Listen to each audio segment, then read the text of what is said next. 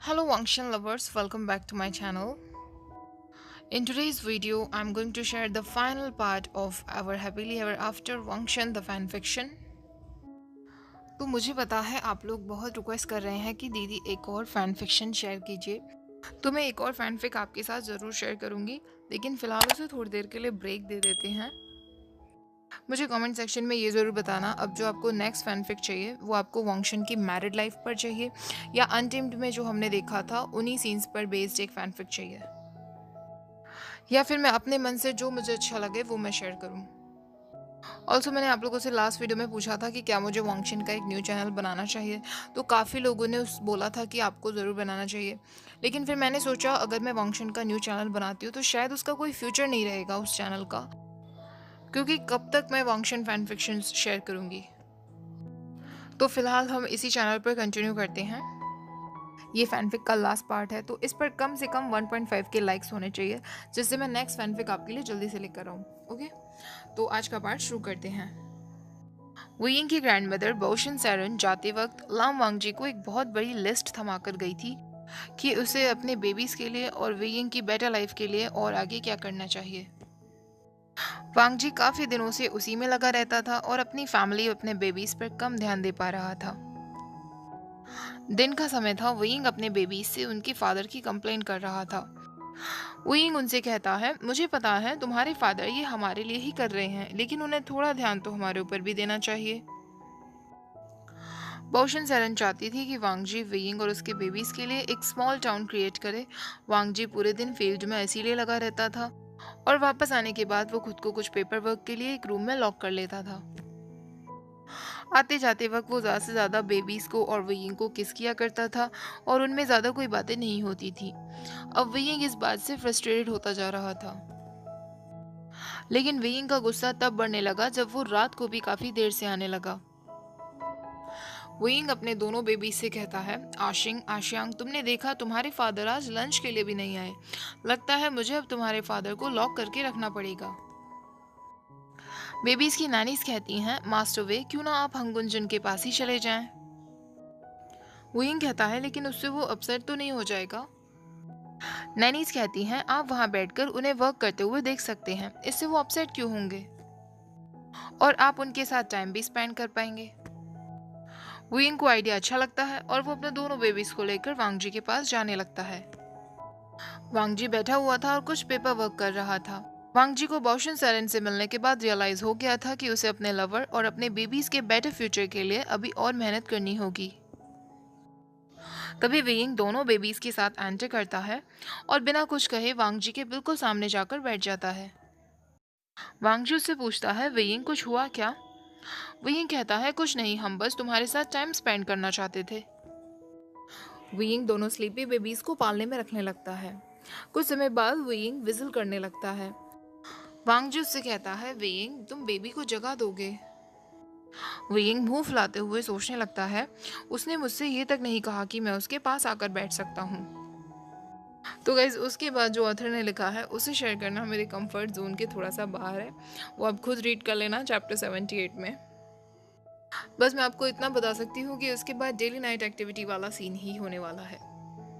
उसके बाद वांगजी विहिंग को वो लिस्ट दिखाता है जो उसे ग्रैंड मास्टर ने दी थी और उससे कहता है कि मैं इस काम में लगा हुआ था, इसलिए मैं आजकल तुम्हें समय नहीं दे पा रहा हूँ। विंग में नहीं चाहता कि फ्यूचर में हमें क्लाउड रिसर्च की वेल्थ की ज़रूरत पड़े। मैं खुद ही तुम तीनों का अच्छे से ख्याल रखना चाहता हूँ। वांगजी वहाँ टाउन सेटल करने का अपना पूरा प्लान वेइंग को बताता है। वेइंग स्पीचलेस रह जाता है। वांगजी उससे कहता है, क्या हुआ वेइंग, तुम्हें मेरा प्लान पसंद नहीं आया? वेइंग कहता है, लंजा तुम्हारा प्लान बहुत अच्छा है, लेकिन तुम अकेले ही ये सब की रिस्पॉन्सिबिलिटी ले रहे हो। क्या तुम्हारे पास कल्टीवेशन के लिए टाइम होगा? वांगजी कहता है, मैं कुछ रिस्पॉन्सिबल लोगों को हायर करूंगा और वैसे भी मैं ये सब अकेले नहीं कर रहा, मेरे पास तुम हो, हमारे बेबीज हैं जो मेरी सबसे बड़ी इंस्पिरेशन है। हो सकता है हमें सालों लग जाएं, लेकिन मैं यहाँ एक नया टाउन जरूर बसा लूंगा। वेइंग कहता है, लंजा तुम सच में इनक्रेडिबल हो, लेकिन मुझे प्रॉमिस करो कि तुम हमें भी अपना टाइम दोगे। वांगजी कहता है, मैं प्रॉमिस करता हूँ। कुछ दिन ऐसे ही बीत जाते हैं। अब एक रात लान चांग बहुत जोर जोर से रोने लगता है। विंग और वांगजी कितना भी उसे चुप कराने की कोशिश करें पर वो चुप नहीं होता है। विंग वेट टॉवल से लन चांग को क्लीन करते हुए कहता है, लंजा, हमने सब कुछ ट्राई करके देख लिया है पर ये चुप ही नहीं हो रहा है। लन चांग की आंखों में आंसू आने लगते हैं, जिन्हें देखकर वेइंग घबरा जाता है। वेइंग कहता है, हम कितने समय से फिजिशियन का वेट कर रहे हैं, क्या हम जय को यहाँ नहीं बुला सकते? वांगजी वेइंग को शांत करते हुए कहता है, तुम चिंता मत करो, सब ठीक हो जाएगा। दोनों नैनीज भी लैन चांग पर सारी होम रेमेडीज ट्राई कर चुकी थी, लेकिन उसे कुछ समय के लिए ही आराम मिलता था। वो फिर से रोने लगता था। अब उसकी पूरी बॉडी पर रैशेज होने लगे थे। वेइंग वांगजी से कहता है, लंजा, अब मैं और वेट नहीं कर सकता। वो कुछ भी नहीं खा रहा है और उसे बार बार फीवर हो जाता है। क्या मैं अपने तरीके से उसे ठीक करके देखूं? वांगजी कहता है, नहीं वेइंग, तुम ऐसा नहीं कर सकते। बेबीज बहुत डेलिकेट होते हैं और तुम्हें अभी पता भी नहीं है कि लैनशंग को क्या प्रॉब्लम है, तो कुछ भी करना सही नहीं होगा। हम थोड़ा और वेट करते हैं, शायद मेडिसिन असर कर जाए। तुम चिंता मत करो, लैनशंग बिल्कुल ठीक हो जाएगा। लैनशंग को ऐसी हालत में देखकर वेंग का बुरा हाल हो गया था। वांगजू से कहता है, तुम थोड़ी देर आराम करो, मैं लैनशंग को देखता हूँ। नैनीज किसी फिजिशियन को लेकर आती ही होंगी। वेइंग कहता है, लंजा, मैं चाहता हूँ कि तुम जय को यहाँ बुला लो। मुझे पता है लैनशांग रिकवर हो जाएगा, लेकिन मैं उसे ऐसी हालत में नहीं देख पा रहा हूँ। जय के पास जरूर कोई ना कोई सोल्यूशन होगा। वेइंग जिद पकड़ लेता है, जिससे वांगजी को उन लोगों को अकेला छोड़कर खुद जय को बुलाने के लिए जाना पड़ता है। आफ्टरनून का समय हो जाता है। वेइंग और भी ज्यादा डेस्परेट होने लगता है, क्योंकि लैनशांग चुप होने का नाम ही नहीं लेता। तभी एक सर्वेंट आकर वेइंग से कहता है, यंग मास्टर आपसे मिलने कोई आए हैं। क्योंकि वेइंग लैनशांग की कंडीशन की वजह से बहुत गुस्से में था, तो वो चिल्लाते हुए कहता है, क्या मैं तुम्हें ऐसी हालत में दिखता हूँ कि मैं किसी से मिलना चाहूँगा? सर्वेंट कहता है, यंग मास्टर, मैंने उन्हें एक जगह ठहरने के लिए कहा, लेकिन वो बार बार मुझसे यही कह रहे हैं कि वो इस घर के ओनर से मिलना चाहते हैं और वो उनके अंकल हैं, मास्टर लैंचरैन। वेइंग सोचने लगता है, लैंचरैन, क्या उन्हें ऐसी सिचुएशन में ही आना था? वेइंग सर्वेंट से कहता है, उनसे कह दो मैं मिलने आ रहा हूँ। वेइंग जब बाहर जाता है तो वेइंग की हालत देखकर लांचरैन समझ जाता है कि कुछ तो प्रॉब्लम है। लांचरैन उससे वांगजी के बारे में पूछता है तो वेइंग कहता है, लंजा अभी घर पर नहीं है। लांचरैन उससे पूछता है, अगर वो इस वक्त घर पर नहीं है तो वो कहाँ है और तुम बेबीज के साथ क्यों नहीं आए? वेइंग कहता है, अंकल, हम आपको अपसेट नहीं करना चाहते थे, लेकिन लांचांग बहुत बीमार है और लंजा किसी को मदद के लिए बुलाने गया है। लैंचरैन कहता है, क्या तुमने लैनशांग को घुसू लैंड रोब्स पहनाए हुए थे? हो सकता है नेगेटिव एनर्जी के असर की वजह से ऐसा हो रहा हो। वेइंग कहता है, अंकल, आपके कहने का मतलब है कि ये सब मेरी वजह से है? लैंचरैन कहता है, वेवुशियन, यही रीजन है जिस वजह से चिल्ड्रन को इवल एनर्जी से दूर रखा जाता है, क्योंकि इससे उनकी लाइफ एनर्जी पर असर पड़ता है। वेइंग को और भी गुस्सा आ जाता है और वो कहता है, लैनशांग को पूरी बॉडी पर रैशेज हो गए हैं, उसे कफ है और फीवर है और वो ठीक से कुछ खा नहीं रहा है, और आप मुझसे कह रहे हैं कि ऐसा उसके साथ इसलिए है क्योंकि मैं उसके आसपास हूँ? अंकल, मैं अभी इस मूड में नहीं कि आपसे बात कर सकूं। लंजा को वापस आने दीजिए, इस बारे में वही आपसे बात करेगा। ऐसा कहकर वेइंग वहां से जाने लगता है तो लैंचरैन कहता है, तुम्हारी इतनी हिम्मत कि तुम मेरा अपमान कर रहे हो जबकि मैं तुम्हें सच बता रहा हूँ। वेइंग कहता है, अंकल, इतना कुछ हो जाने के बाद भी आप सच नहीं देख पा रहे हैं। जैसा कि मैंने आपसे कहा, आप यहाँ रुककर अपने नेफ्यू का इंतजार कर सकते हैं, और अगर आपको लगता है कि मैं आपका अपमान कर रहा हूँ तो आप यहाँ से बिल्कुल जा सकते हैं। ये सुनकर लैंचरैन को बहुत गुस्सा आने लगता है, लेकिन उसे ये भी एहसास होता है कि वेइंग अब एक मदर है और वो एक मदर के पॉइंट ऑफ व्यू से बोल रहा है। लैंचरैन उससे कहता है, मुझे लैंचांग के पास ले चलो, शायद मैं कुछ मदद कर सकूं। वेइंग लैंचरैन को वहां ले आता है। लैंचरैन लैंचांग को देखते हुए कहता है, क्या लैंचिंग को भी इसके कुछ सिम्टम्स हैं? वेइंग कहता है, नहीं, वो बिल्कुल ठीक है। लैंचरैन कहता है, लकीली लैंचांग को मीजल्स नहीं है, वो ठीक हो जाएगा। लैंचरैन लैंचांग की रैशेस पर हनी लगाने लगता है और वेइंग से कुछ हर्ब्स लाने के लिए कहता है। हनी लगाने के बाद लैंचांग को जैस्मीन वाटर में नहलाया जाता है और फाइनली लैंचांग थोड़ा शांत होना शुरू कर देता है। लैंचांग चैन से सो जाता है और वेइंग की जान में जान आती है।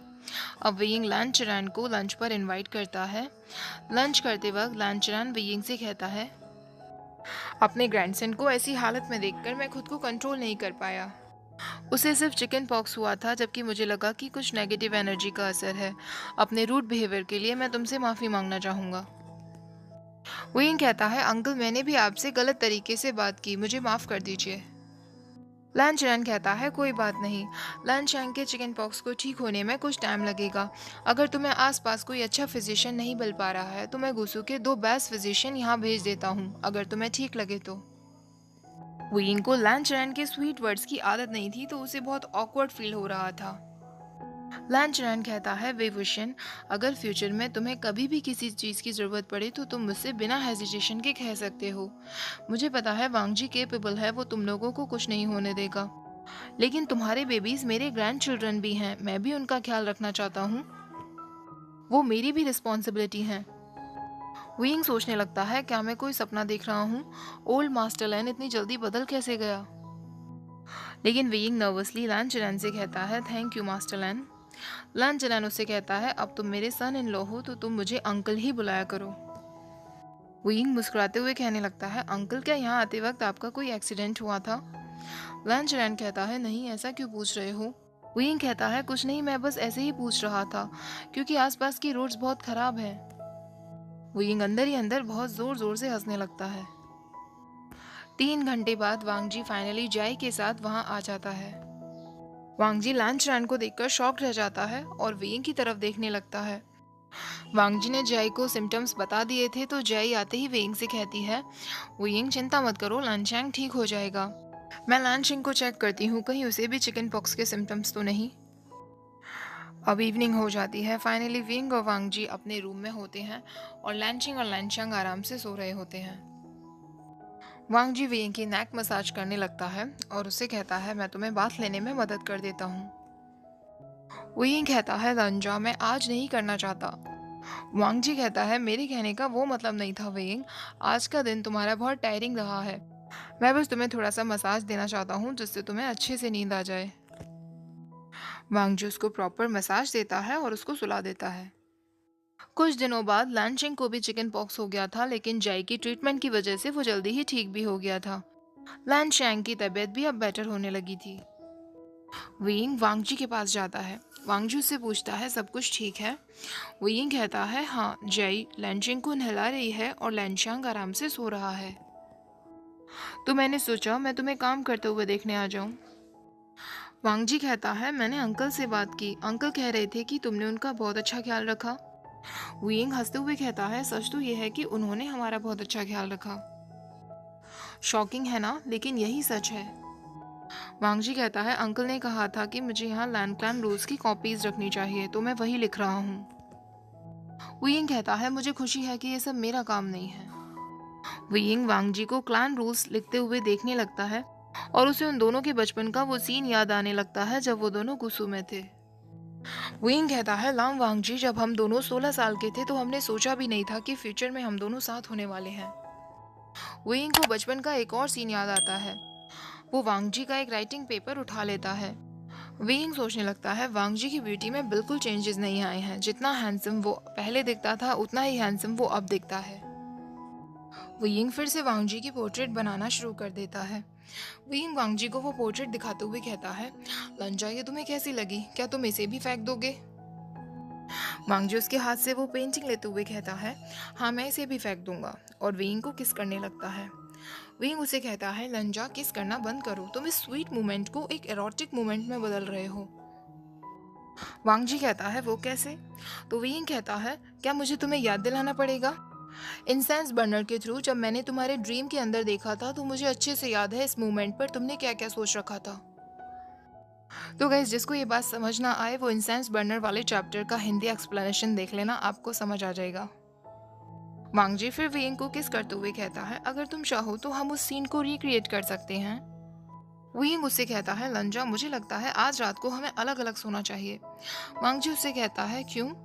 तो विंग कहता है, क्योंकि तुम बहुत नॉटी होते जा रहे हो। तुम कितने बोरिंग और डल हुआ करते थे लंजा, तुम्हें हो क्या गया है? मेरी कंपनी का तुम पर बहुत बुरा असर पड़ा है। वांग जी कहता है ठीक है वेइंग, जैसा तुम चाहो, आज रात मैं स्टडी रूम में ही रुक जाऊंगा। वेइंग सोचने लगता है उसने एक बार मुझसे आर्ग्यूमेंट करने की भी कोशिश नहीं की, वो इतनी जल्दी हार मान गया। कुछ देर बाद वांगजी उससे कहता है वेइंग, क्या तुम लाइब्रेरी से एक बुक लेकर आ सकते हो, उस बुक पर ची लिखा हुआ है। वेइंग कहता है ठीक है मैं लेकर आता हूँ, और वेइंग लाइब्रेरी में अंदर चला जाता है। काफी समय तक ढूंढने पर भी उसे उस नाम की कोई बुक नहीं मिलती। तभी वांगजी वहां आता है और वेइंग को बुक शेल्फ पर फोर्स करते हुए उसे किस करने लगता है। वेइंग उससे कहता है लंजा तुम ये क्या कर रहे हो। तो वांगजी उससे कहता है तुमने कहा ना कि मैं रात को तुम्हारे पास नहीं आ सकता, इसलिए मैंने तुम्हें यहाँ बुलाया है। वेइंग उससे कहता है लंजा दिन का समय है, कोई भी यहाँ आ सकता है। वांगजी उससे कहता है यहाँ कोई नहीं आएगा। अब वांगजी उससे पूछता है वेइंग, क्या हम बेबीज के ठीक हो जाने के बाद नाइट हंट पर चल सकते हैं, बस हम दोनों। वेइंग उससे कहता है लंजा क्या तुम मुझसे डेट पर चलने के लिए पूछ रहे हो। वांगजी कहता है मैं बस अपने हस्बैंड के साथ कुछ समय अकेले टाइम स्पेंड करना चाहता हूँ, अगर उसे डेट कहते हैं तो वही सही। वेइंग कहता है क्या चिल्ड्रन को अकेले छोड़ना ठीक रहेगा, मैं कभी भी उनको अकेले छोड़कर नाइट हंट पर नहीं गया हूँ। वांगजी कहता है वेइंग बस कुछ समय की बात है, वो ठीक रहेंगे, जय भी तो उनके साथ है ना। वेइंग कहता है ठीक है लंजा, मैं इस बारे में सोचूंगा। अब वेइंग उससे कहता है लेकिन लंजा मुझे वो बुक नहीं मिल रही है। वांगजी उससे कहता है वो तुम्हें मिलेगी भी नहीं, क्योंकि वो यहाँ है ही नहीं। वेइंग कहता है क्या मतलब है लंजा, तुमने मुझे जानबूझकर यहाँ भेजा, तुम इतने नॉटी कब से हो गए हो। वांगजी कहता है वेइंग तुम मुझे बाद में पनिश कर सकते हो। और उसके बाद दोनों साथ में टाइम स्पेंड करते हैं, और यहीं पर हमारा ये नोवेल ख़त्म हो जाता है। तो गैस जंगछा और लैन शचान की स्टोरी तो मैंने आपको नहीं बताई थी, लेकिन मैं उसकी एंडिंग आपको बता देती हूँ। लैन शचान जंगछा के साथ ही रहेगा एंड में। अब वो कैसे रहेगा वो सब आप खुद रीड कर लेना, मुझे उनकी स्टोरी में कोई मज़ा नहीं आ रहा था, इसलिए मैंने वो स्टोरी नहीं पढ़ी थी, बट मैंने आपको एंडिंग बता दी है। तो आज का लास्ट पार्ट ख़त्म होता है। नेक्स्ट नोवेल के लिए आपके प्रेफरेंसेस क्या हैं मुझे कमेंट सेक्शन में ज़रूर बताना। वीडियो को प्लीज़ लाइक ज़रूर कर देना, शेयर कर देना वांगशन लवर्स के साथ, और चैनल को सब्सक्राइब करना मत भूलना। Thank you for watching, bye bye.